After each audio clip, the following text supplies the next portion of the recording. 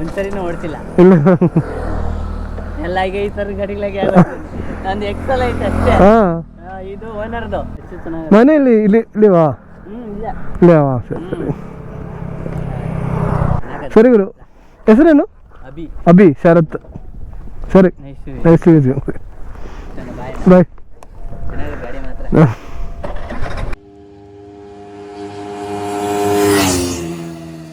ಮಾತ್ರ welcome back to my YouTube channel. നമ്മൾ ഇന്ന് കാണുന്നത് പൾസർ NS200ന്റെ പുതിയ അപ്ഡേറ്റഡ് വേർഷൻ ആണിത്. അപ്പൊ ഇതിന്റെ ഒരു വീഡിയോ ആണ് നമ്മൾ ഇന്ന് കാണുന്നത്. നമ്മളിപ്പോ ഉള്ളത് ബാംഗ്ലൂരിലെ മെക്ക കാർട്ടോപ്പിയയിലാണ്. അപ്പൊ നമ്മളിത് ഫസ്റ്റ് റൈഡ്, ഒരു റിവ്യൂ റൈഡ് എന്നുള്ള രീതിയിലാണ് നമ്മൾ ഇന്ന് വന്നിരിക്കുന്നത്. അപ്പൊ നമുക്ക് ഇതില് മേജർ ആയിട്ട് കുറച്ച് അപ്ഡേറ്റ്സ് വന്നിട്ടുണ്ട്, എന്തൊക്കെയാണെന്ന് നോക്കാം. അതേപോലെ തന്നെ വണ്ടിയുടെ സ്പെക്കും കാര്യങ്ങളൊക്കെ നിങ്ങൾക്ക് അറിയാവുന്നതാണ്. എന്നാലും ജസ്റ്റ് ബേസിക് ആയിട്ടുള്ള കാര്യങ്ങൾ ഞാൻ നിങ്ങളുടെ അടുത്ത് പറയാം. Open eye, feel the waves cut through me, hypnotized by the sounds I'm breathing in. Hold tight, chemicals collide. Hold tight, tripping. അപ്പോൾ അതിനർത്ഥം നമുക്ക് ആക്ച്വലി ഒരു ഇത് കൂടി ഉള്ളൂ എന്നാണ് അതിനർത്ഥം.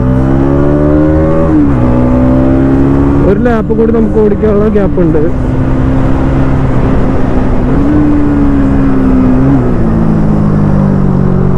NS200 എന്ന് പറഞ്ഞ ഈ വണ്ടി അത്യാവശ്യം വളരെയധികം ഹിറ്റായിട്ടുള്ള ഒരു വണ്ടിയാണ്. 2012 ഈ വണ്ടി ആദ്യമായിട്ട് ഇറങ്ങുന്നത്. യൂത്തന്മാരുടെ ഇടയിൽ, അതായത് യൂത്ത് കംപ്ലീറ്റ് ആ ഒരു ട്രെൻഡിങ്, അതായത് പൾസറിന് കുറെ വേരിയൻസ് ഉണ്ട്, അറിയാലോ. 150 ഉണ്ട്, 180, 200, 220 ഇങ്ങനത്തെ വേരിയൻസ് ഉണ്ടായിരുന്നു. അതിനുശേഷം അതിന്റെ ഇടയിലാണ് ഈ ഒരു NS200 എന്ന് പറഞ്ഞൊരു കാറ്റഗറി ഇറങ്ങുന്നത്. പിന്നെ അതിൻ്റെ ഇടയ്ക്ക് RS ഇറങ്ങിയിട്ടുണ്ട്, AS ഇറങ്ങിയിട്ടുണ്ട്. ഇതിനൊക്കെ ശേഷം ഇപ്പൊ കുറെ മോഡൽസ് ഉണ്ട്. നിങ്ങൾക്ക് P150 അങ്ങനെ കുറെ മോഡൽസ് ഒക്കെ നിങ്ങൾക്ക് കാണാം. അതേപോലെ തന്നെ ഡൊമിനാർ ഇറങ്ങി.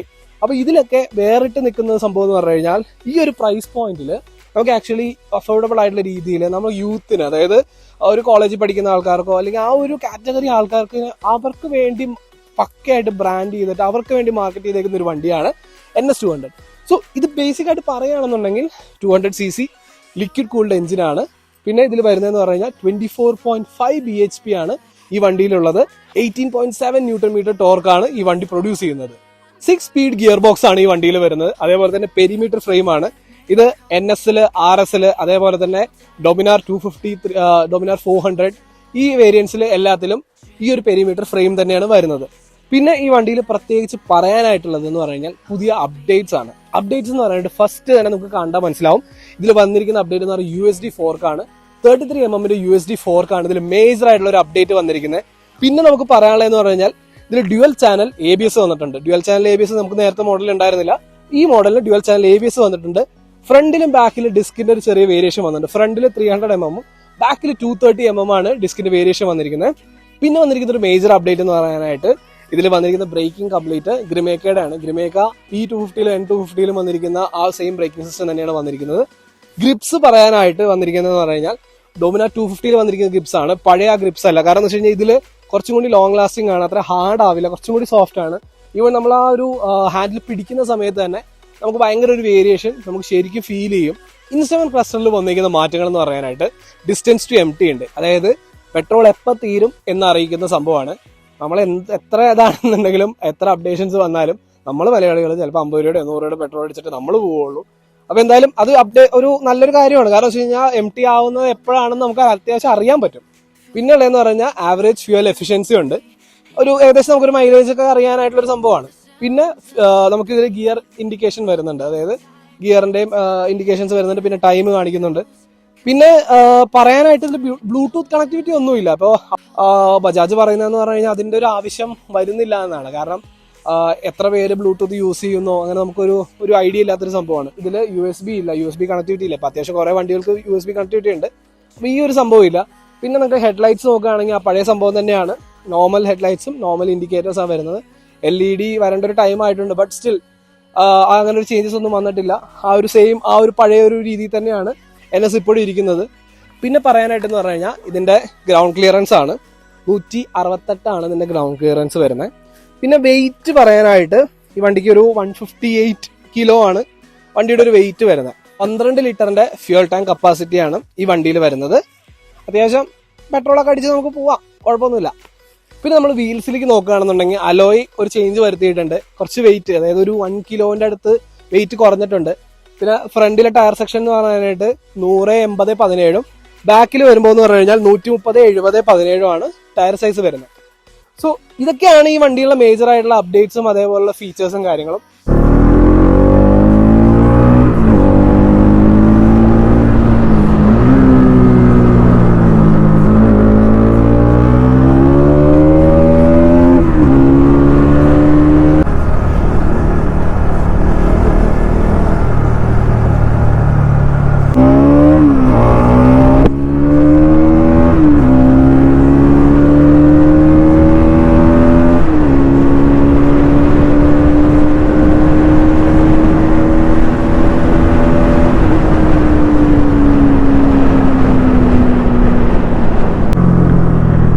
അത്യാവശ്യം നമ്മൾ നല്ല സ്ട്രെച്ച് റോഡ്സിലൂടെ പോയപ്പോൾ നമുക്ക് നല്ലൊരു കംഫർട്ടബിൾ ആയിട്ട് തന്നെ ഫീൽ ചെയ്തു. വണ്ടി നല്ല രസമുണ്ട് ഓടിക്കാനായിട്ട്. നമുക്കപ്പോൾ ഇനി ഒരു കുറച്ച് ട്രാഫിക് അടങ്ങിയുള്ള റോഡ്സിലൂടെ നമുക്കൊന്ന് പോയി നോക്കാം.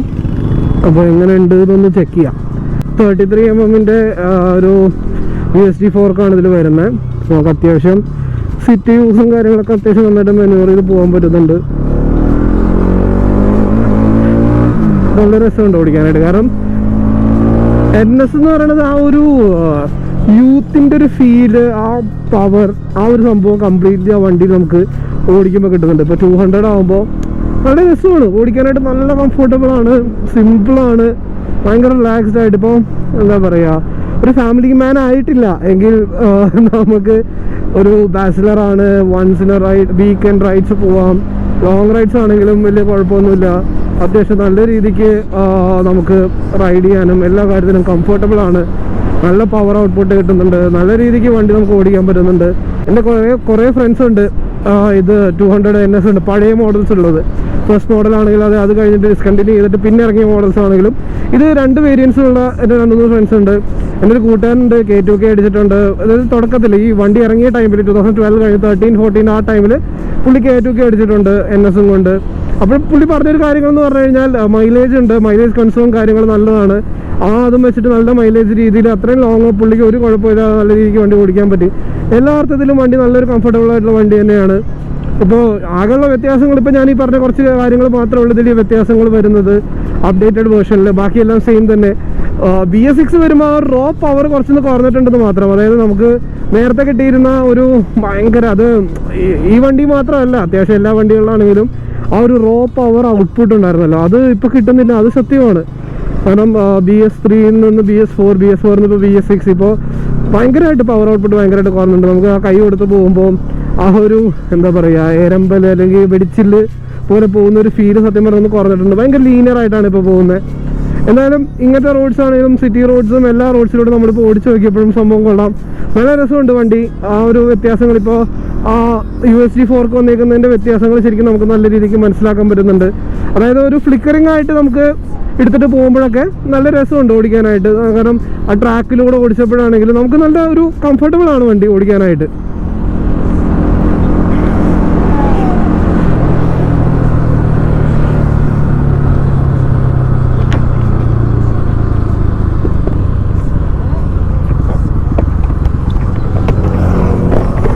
കഴിഞ്ഞു.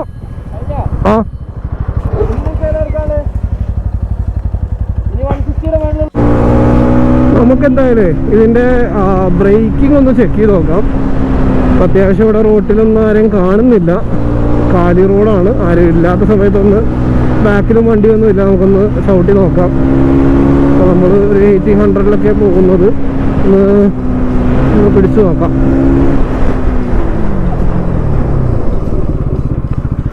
മോനെ അത്യാവശ്യം നൈസ് കേട്ടോ ബ്രേക്കിങ്. ഞാൻ ഓവർ സഡൻ ബ്രേക്ക് പിടിച്ചില്ല, പക്ഷെ എന്നാലും നല്ല രീതിക്ക് ഡ്യുവൽ ചാനൽ ABS വർക്ക് ചെയ്യുന്നുണ്ട്. നമുക്ക് ഒന്നും കൂടി ഒന്ന് നോക്കാം. ഒന്നും കൂടി ജസ്റ്റ് ഒന്ന് ബ്രേക്കിംഗ് ഒന്ന് ചെക്ക് ചെയ്ത് നോക്കാം. ഇവിടെ തന്നെ നോക്കാം. പിന്നെ വണ്ടി അത്യാവശ്യം നമ്മൾ സിറ്റി കൂടെയൊക്കെ ഓടിച്ചു നോക്കി, ട്രാഫിക്കിലൂടെ ഓടിച്ചു നോക്കി, ബാഡ് റോഡ്സിലൂടെ ഓടിച്ചു, ട്രാക്സിലൂടെ ഓടിച്ചു. നിങ്ങൾക്ക് ആ വീഡിയോസ് ഒക്കെ ഇപ്പോൾ കണ്ടിട്ടുണ്ടാവും. അപ്പോൾ ഇതിൽ നമുക്ക് പറയാനുള്ള കാര്യം എന്ന് പറഞ്ഞു കഴിഞ്ഞാൽ വണ്ടി അത്യാവശ്യം ഇപ്പോൾ നമ്മളിപ്പോൾ ഇവിടെ ഇരിക്കുന്ന ട്രാക്ക്, ഇപ്പോൾ കറന്റ് നിൽക്കുന്ന ട്രാക്ക് ആക്ച്വലി ഗോ കാർട്ടിംഗ് ട്രാക്കാണ്.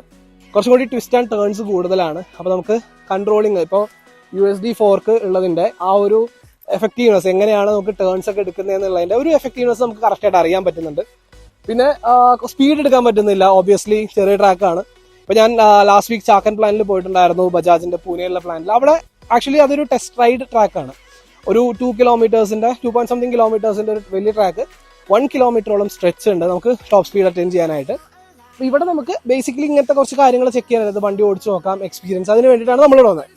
അപ്പോൾ എനിക്ക് വണ്ടി പേഴ്സണലി ഓടിച്ച് നോക്കിയിട്ട് ഈ ഒരു ട്രാക്ക് ആണെങ്കിലും അതെ, റോഡിലാണെങ്കിലും അതെ, എല്ലാം കൊണ്ടും വണ്ടി എനിക്ക് അത്യാവശ്യം ഇഷ്ടപ്പെട്ടു. പക്ഷെ എന്താ പറയുക, നമുക്ക് ആ ഒരു BS6ന്റെ ഒരു എഫക്റ്റീവ്നെസ് പവർ, കാരണം ഒരു ഇത് പറഞ്ഞുതരാം, അതായത് റോ പവർ ആയിരുന്നു BS3 ഉണ്ടായിരുന്നത്. അതിപ്പോൾ നമുക്ക് ഒന്നും ചെയ്യാൻ പറ്റില്ല, BS6 ആയതുകൊണ്ടൊന്നും പറയാൻ പറ്റില്ല. ബട്ട് സ്റ്റിൽ ഈ ഒരു വണ്ടി ഇപ്പോഴും സ്റ്റിൽ ഒരു 1.44 lakhs അടുത്താണ് എക്സ് ഷോറൂം പ്രൈസ് വരുന്നത്. നമുക്ക് കറക്റ്റ് പ്രൈസ് ഇതുവരെ റിവീൽ ചെയ്തിട്ടില്ല. അപ്പോൾ 1.44 lakhs ആണ് എക്സ് ഷോറൂം പ്രൈസ് വരുന്നത്. അപ്പോൾ ഏകദേശം ഒരു 2 lakh, may be 2 lakh below അല്ലെങ്കിൽ 2 lakh അബോ പോകാൻ ചാൻസ് ഉണ്ട്. കോമ്പറ്റീറ്റേഴ്സ് ആയിട്ട് നോക്കുകയാണെന്നുണ്ടെങ്കിൽ ആ പ്രൈസ് പോയിന്റിൽ അത്യാവശ്യം നന്നായിട്ട് നിൽക്കുന്നതാണ്. ഇപ്പോൾ അതുപോലെ 200cc 24.5 bhp ഇത്രയും പവർഫുൾ ആയിട്ടുള്ള ഒരു വണ്ടി ഈ 200cc കാറ്റഗറിയിൽ വലിയ കുഴപ്പമില്ല, പ്രൈസ് പോയിന്റിൽ നല്ലതാണ്. പിന്നെ ഇതിൽ പറയുന്നത് പറഞ്ഞു കഴിഞ്ഞാൽ നമുക്ക് സ്റ്റിൽ ഈ ഒരു ഫാൻ ബേസ് ഉണ്ട്, അതായത് NS200നോടുള്ള ഒരു ഫാൻ ബേസ് ഉള്ള ആൾക്കാർ എപ്പോഴും NS അല്ലെങ്കിൽ ആ ബജാജിനോട് ഫാൻ ബേസ് ഉള്ളവർ എപ്പോഴും അത് വണ്ടി എടുക്കും. അതായത് ഒരു 100cc വണ്ടി കാറ്റഗറിയിൽ നിന്ന്, സേ ഒരു പ്ലാറ്റിനോ ഷൈനോ CT100 ഇങ്ങനത്തെ ഒരു വണ്ടിയിൽ നിന്ന് മാറി ഒരു കുറച്ചും കൂടി വലിയ വണ്ടി വേണം, ഒരു അപ്ഗ്രഡേഷൻ വേണം, മേ ബി ഒരു നോർമൽ ഒരു വണ്ടി ആ ഒരു കാറ്റഗറിയിൽ നോക്കുകയാണെന്നുണ്ടെങ്കിൽ നല്ലൊരു അപ്ഡേറ്റ് ആണ്. വേണമെന്നുണ്ടെങ്കിൽ നമുക്ക് എടുക്കാവുന്ന ഒരു വണ്ടി തന്നെയാണ്. ഇൻ കേസ് 200cc വേണ്ട എന്നുണ്ടെങ്കിൽ ഇതിന്റെ തന്നെ 160 വരുന്നുണ്ട്. നമുക്ക് അതിന്റെ വീഡിയോ അടുത്തത് കാണാം. ഓൾറൈറ്റ്, സോ ഞാനിപ്പോൾ ബാംഗ്ലൂരിൽ മെക്ക കാർട്ടോപ്പിയയിലാണ് നിൽക്കുന്നത് with NS200. This is Saberman signing off. Bye guys.